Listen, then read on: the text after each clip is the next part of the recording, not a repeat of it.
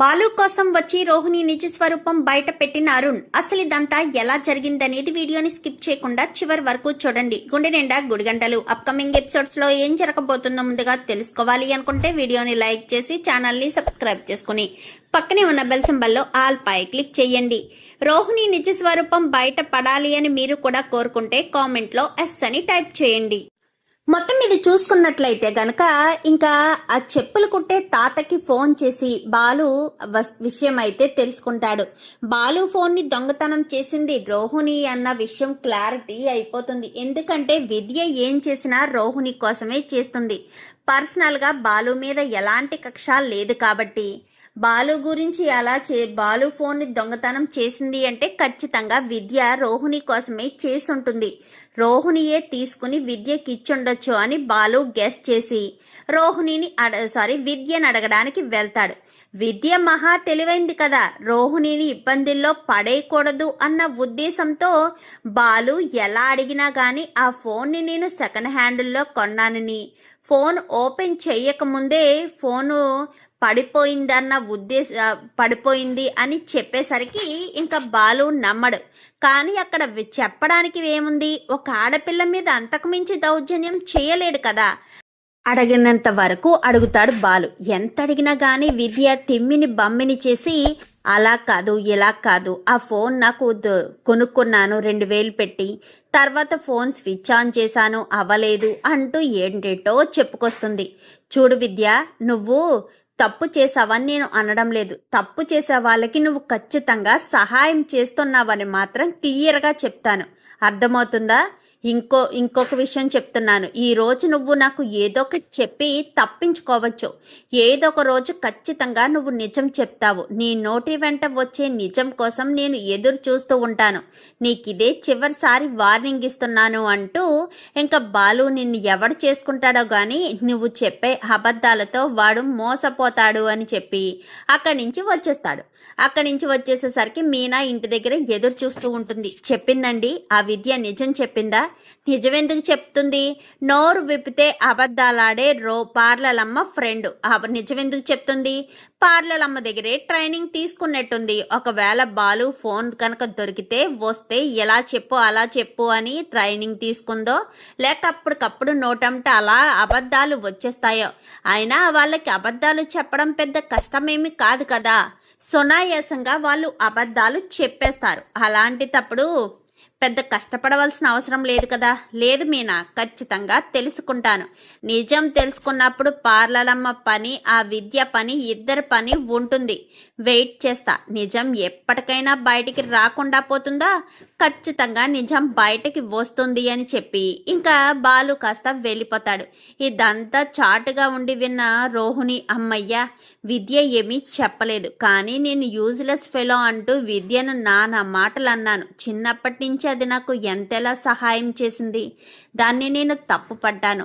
ఏదో ఇంట్లో ఉన్న స్ట్రెస్ వల్ల టెన్షన్ వల్ల నేను దాన్ని తప్పు పట్టాల్సిన పరిస్థితి వచ్చింది అంటూ ఎంతగానో బాధపడుతూ ఉంటుంది రోహిణి అయితే.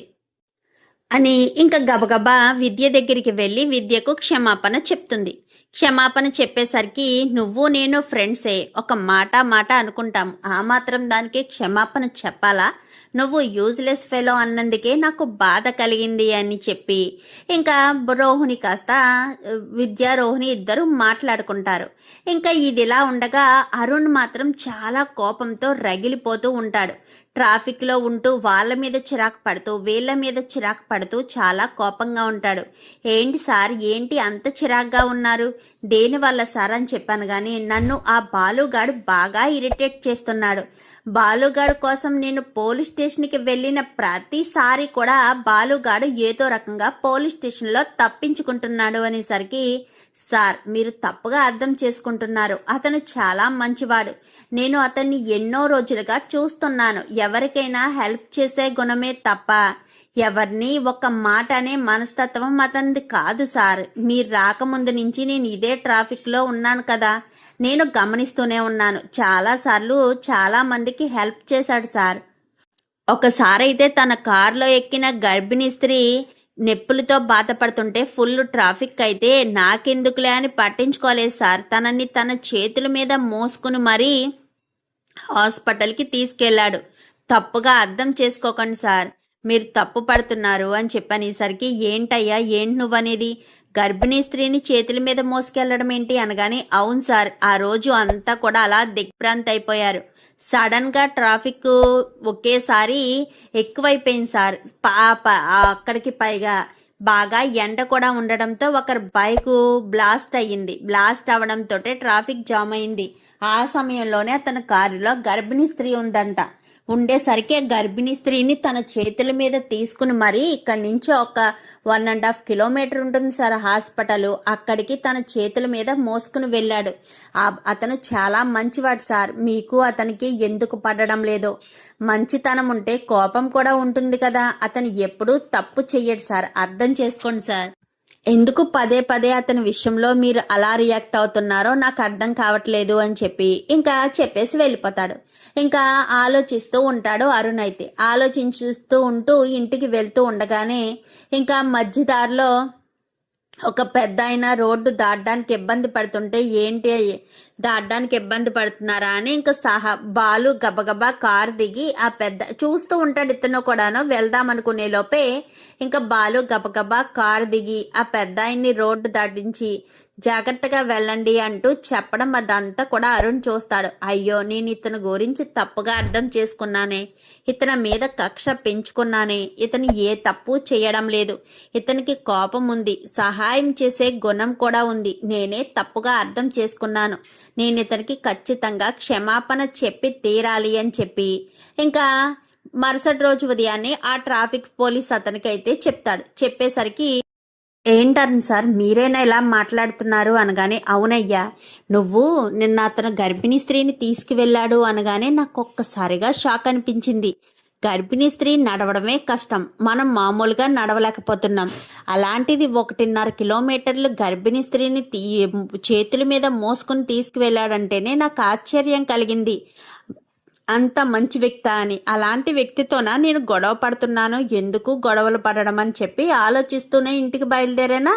మధ్యదారిలో ఒక పెద్ద అయిన రోడ్డు దాటడానికి ఇబ్బంది పడుతుంటే కారులో ఉన్నవాడు కాస్త దిగి మళ్ళీ వెళ్ళి దాటించి అప్పుడు వచ్చాడయ్యా. నేను అదంతా చూశాను అని చెప్పనేసరికి, చెప్పాను కదా సార్ అతను చాలా మంచివాడు అని చెప్పనేసరికి, అతని అడ్రస్ ఎక్కడో నీకేమైనా తెలుసా అనగానే, పలానా చోట ఉంటారు సార్ వాళ్ళు అని చెప్పనేసరికి, సరే డ్యూటీ అయిన తర్వాత సాయంత్రం వెళ్తాను అని చెప్పి ఇంకా అరుణ్ అయితే చెప్తాడు. ఇంకా ఇది ఇలాగుండగా ఆ రోజు సాయంత్రం రవి వాళ్ళ మ్యారేజ్ డే కదా.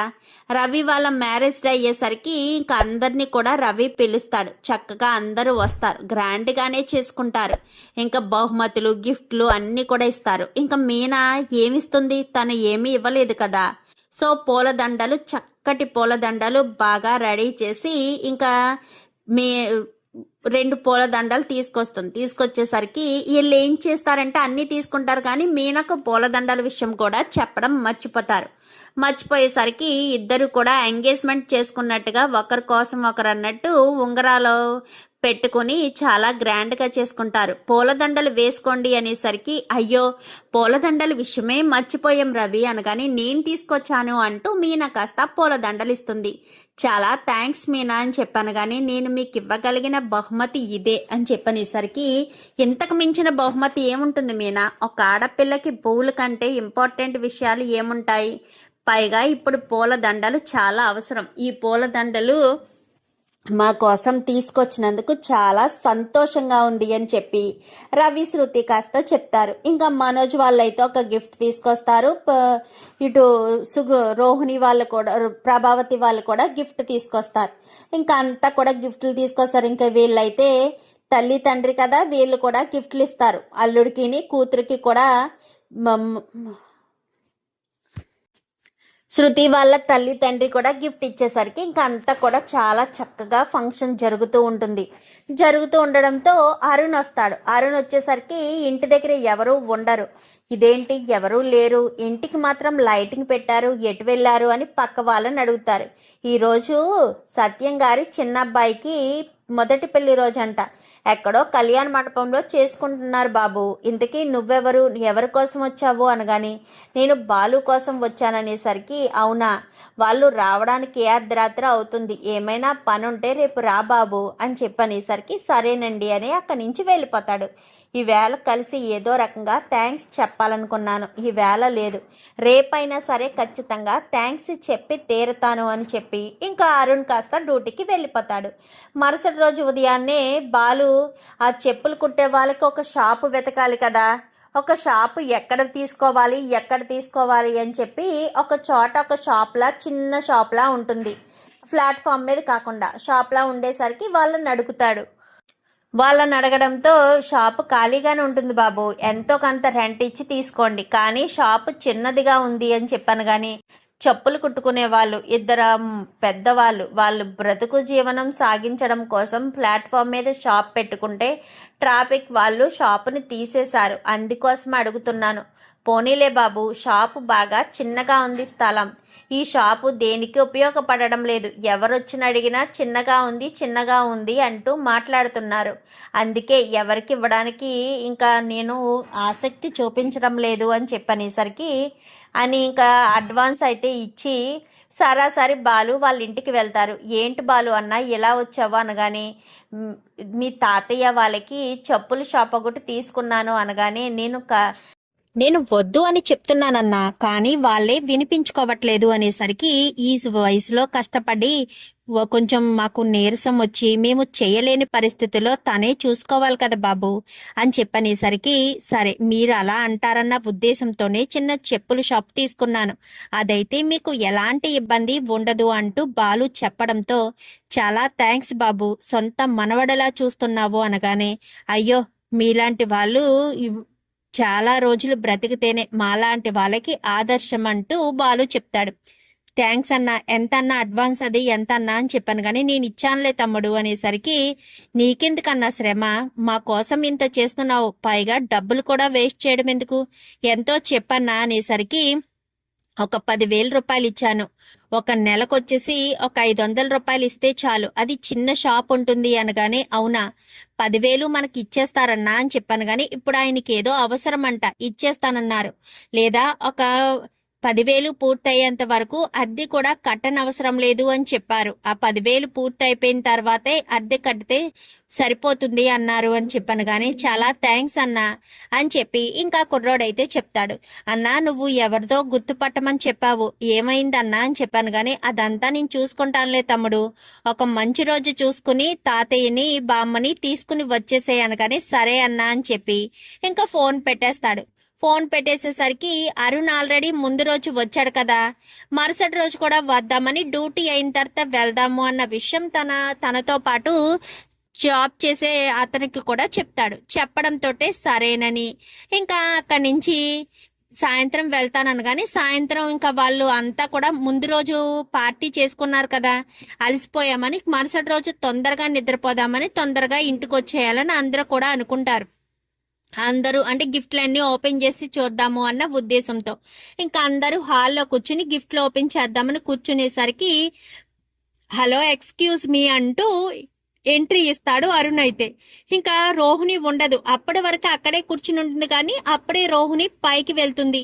విద్య ఫోన్ చేసేసరికి ఇదేంటి ఇన్నిసార్లు ఫోన్ చేస్తుంది, కొంప తీసి మళ్ళీ బాలు గాని వెళ్ళాడా ఏంటి, ఆ విషయం చెప్పడానికే చేస్తుందా, ఇప్పుడే కదా బాలు వాళ్ళు ఇంటికి వచ్చారు, బహుశా అదే అయ్యుంటుంది అన్న ఉద్దేశంతో రోహిణి కాస్త ఫోన్ పట్టుకుని ఇప్పుడే వస్తాను అంటూ పైకి వెళ్తుంది. ఇంకా అలా రోహిణి వెళ్లడంతో ఇంకా అప్పుడే అరుణ్ అయితే వస్తాడు. రావడంతో మీనా చూసి, అరుణ్ ఆల్రెడీ మీనాకు తెలుసు కదా, ఎందుకంటే పోలీస్ స్టేషన్ కి వెళ్లారు కదా, సో అందుకని ఇంకా మీనా అరుణ్ని చూసి ఒక్కసారిగా షాక్ అవుతుంది. ఇదేంటి ఇతను ఇంటికి వచ్చాడు, ఆ ట్రాఫిక్ పోలీస్ అతని ఇంటికి రావడం ఏంటి, ఇప్పుడు మళ్ళీ ఇంటి దగ్గర ఏం గొడవ పెడతారో, ఇప్పుడు ఇది అదునుగా తీసుకుని అత్తయ్య నానా మాటలు అనడం మొదలు పెడతారు, ఈయన మళ్ళీ బాధపడతారు ఛ అని గబగబా మీనా వెళ్ళబోతూ ఉండగా ఎవరో ఉండవద్దునా నేను చూస్తాను అని చెప్పి రవి వెళ్తాడు.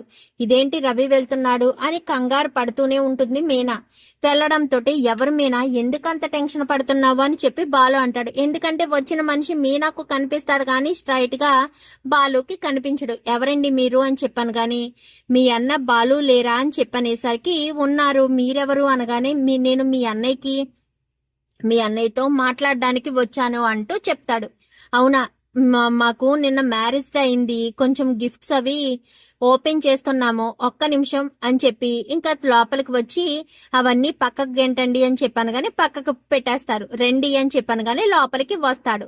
రావడంతో నువ్వెందుకు వచ్చావు అనగాని సారీ బాలు, మీరు తప్పుగా అర్థం చేసుకోవద్దు, మీ మంచితనం తెలియక నేను మిమ్మల్ని తప్పుగా అర్థం చేసుకున్నాను, మీ మీద యాటిట్యూడ్ చూపించాను, క్షమించండి, మీరు ఎలాంటి వాళ్ళో తెలుసుకున్నాను, అనవసరంగా ఆ రోజు నా డ్యూటీని కొంచెం ర్యాష్ గా చేయాల్సిన పరిస్థితి వచ్చింది, ఎందుకంటే పైనుంచి ప్రెషర్ బాగా ఉంది, ఆ రోడ్డు పక్కన షాపులేమీ ఉంచొద్దు అని తెగ చెప్తున్నారు, మాకు మేము ఎంత చెప్తున్నా వాళ్ళు వినిపించుకోవట్లేదు, అందుకే కొంచెం కోపంగా కొంచెం కర్కశంగా ప్రవర్తించాల్సిన పరిస్థితి వచ్చింది, మరోలా అనుకోకండి అని చెప్పి మాట్లాడేసరికి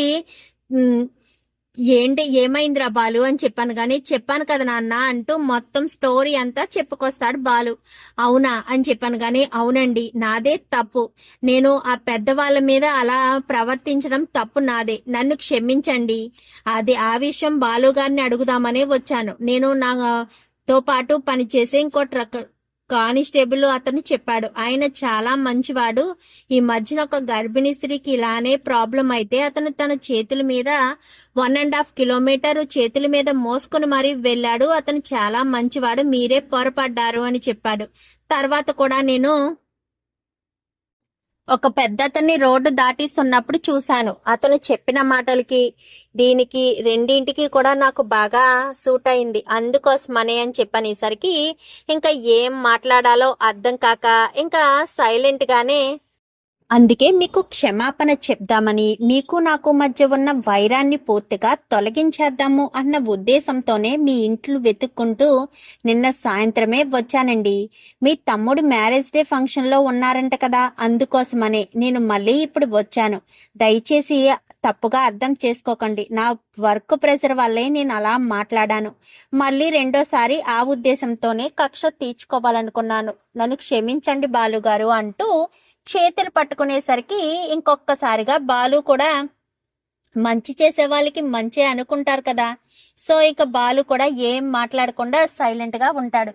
సైలెంట్ గా ఉండేసరికి అంత అలాగా మనిషి వచ్చి క్షమాపణ చెప్తున్నారు కదా అనగానే నీకు తెలియదు నాన్న అని చెప్పనేసరికి ప్లీజ్ బాలు గారు, మీకు నాకు మధ్యన గొడవ జరిగింది, నేను ఒప్పుకుంటాను, కాదని కూడా అనను, దయచేసి అర్థం చేసుకోండి, ఇక మీదట మన ఇద్దరికి ఇంకా ఎలాంటి వైరం ఉండదు అని చెప్పి మాట్లాడేసరికి సరే అని బాలు కూడా సరే అంటారు.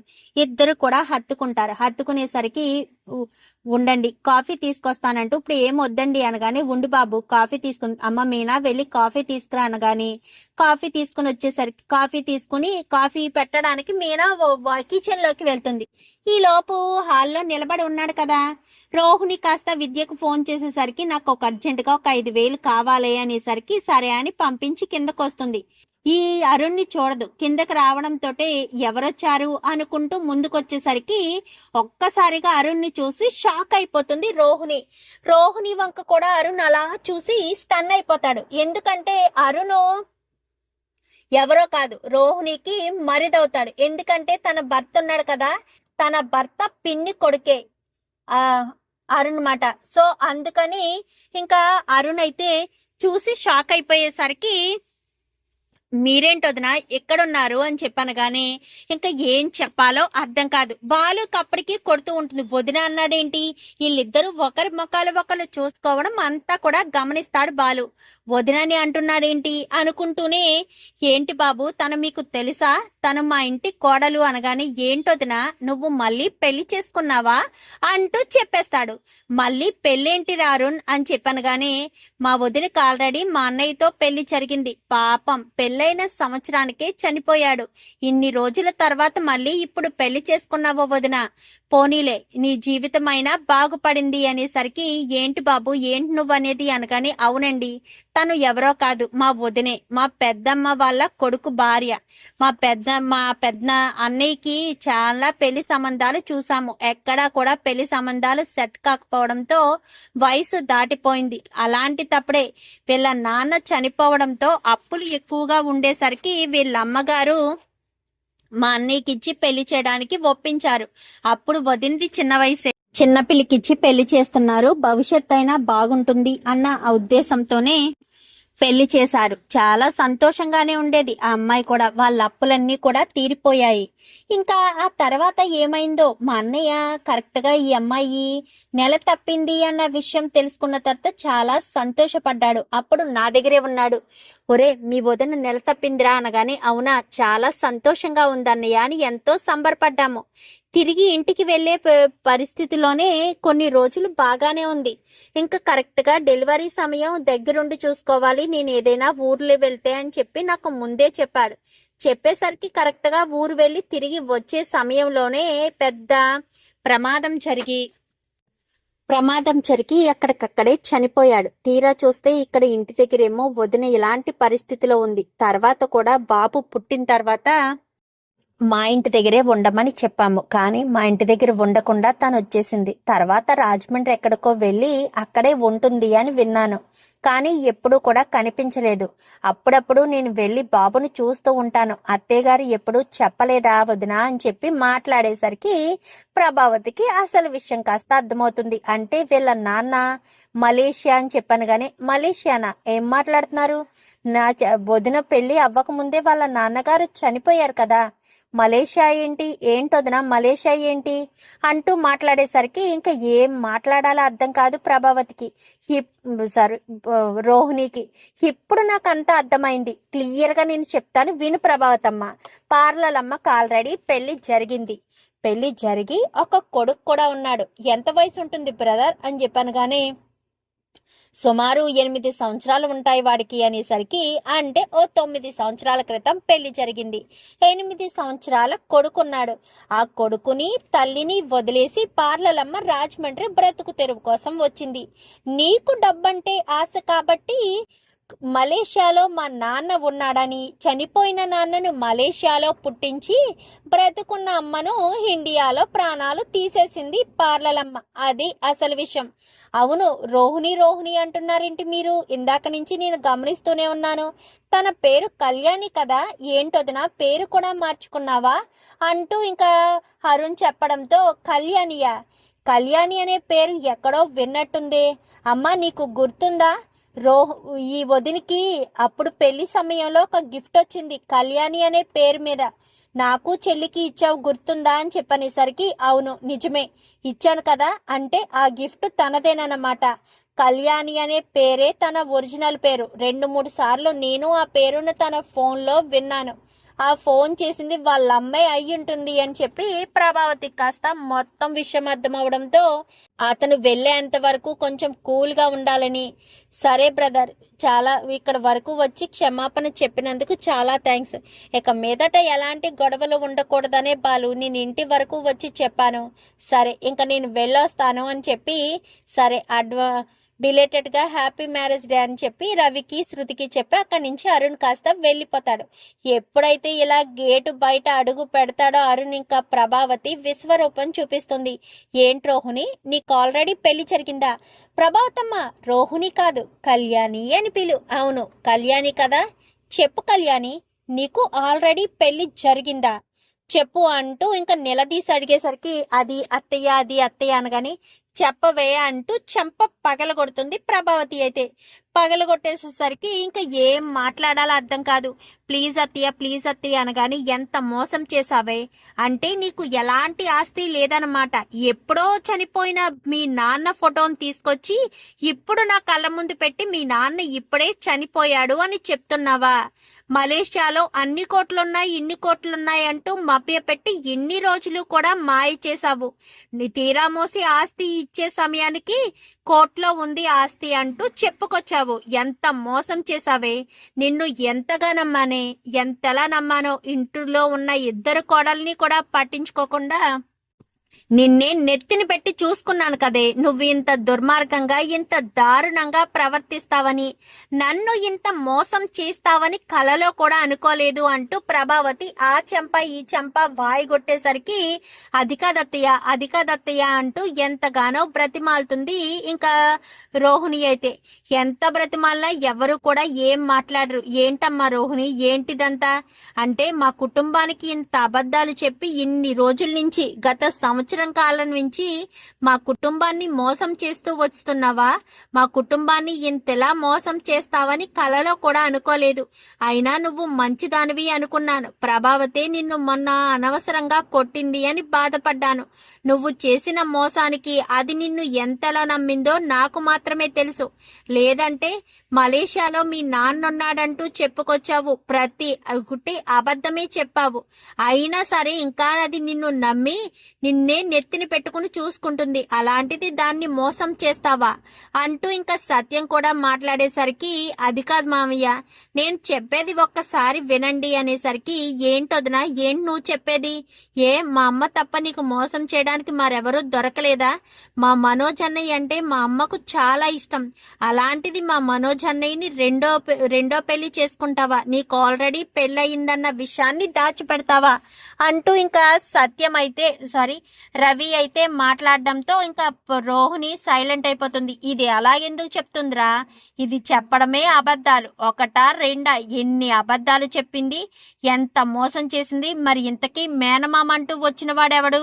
ఇంకెవడు? ఆ మటన్ కొట్టోడే అయ్యుంటాడు. లేదంటే మాటకు ముందోసారి మటను, మాటకు తర్వాత ఒకసారి మటను ఎందుకు వస్తుంది ప్రభావతమ్మ అంటూ బాలు పక్క నుంచి చెప్తాడు.